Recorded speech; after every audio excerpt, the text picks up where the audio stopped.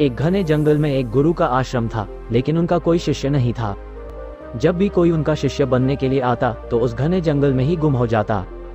जब कभी कोई उनके आश्रम तक पहुंच जाता तो वो उसकी परीक्षा ले लेते, और उनकी परीक्षा में अभी तक कोई भी सफल नहीं हुआ था। ऐसे ही एक युवक उनकी महिमा सुनकर उनके पास आया।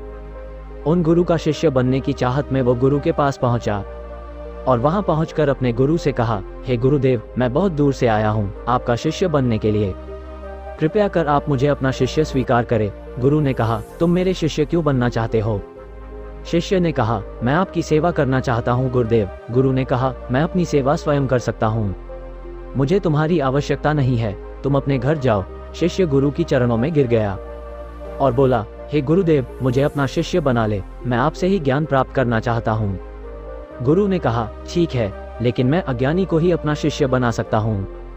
क्या तुम अज्ञानी हो? शिष्य ने थोड़ा सोचा और बोला, जी गुरुदेव, मैं पूर्ण अज्ञानी हूँ। गुरु के चेहरे पर एक मंद मुस्कान आ गई और वो बोले, क्या किसी अज्ञानी को ये पता हो सकता है कि वो ज्ञानी है? और जिसे पता हो कि वो अज्ञानी है, क्या वो वास्तव में अज्ञानी हो सकता है?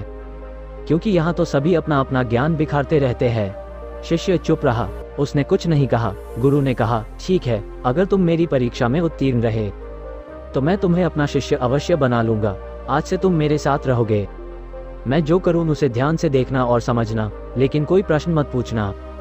अगर तुमने प्रश्न पूछा तो तुम्हें यहाँ से जाना होगा। तुम्हें मुझ पर पूर्ण विश्वास करना होगा। शिष्य ने गुरु के शर्तों को स्वीकार किया। अगली सुबह गुरु शिष्य को लेकर एक नदी पर पहुंचे। वहां पर उन्होंने शिष्य के हाथ पर एक घड़ा दिया और एक बर्तन दिया। गुरु ने कहा, इस बर्तन से इस घड़े में पानी भर दो। शिष्य ने बर्तन को देखा तो वह चौंक गया। उसने देखा कि उस बर्तन से तो पानी उठाया ही नहीं जा सकता था, क्योंकि उस बर्तन का निचला हिस्सा था ही नहीं। वो कुछ बोलना चाहता था लेकिन नहीं बोला।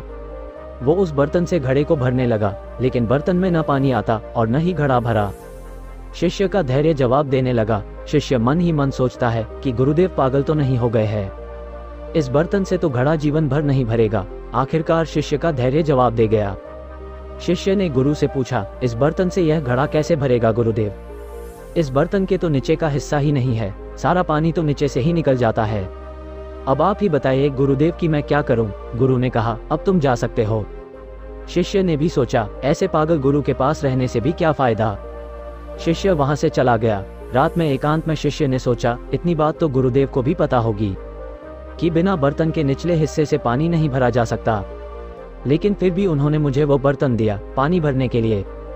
इसमें जरूर कोई बात होगी जिसे मैं समझ नहीं पाया। वह शिष्य फिर अगली सुबह गुरु के पास पहुंचा और बोला, गुरुदेव, मुझे माफ कर दे, मैं आपकी बात को समझ नहीं पाया।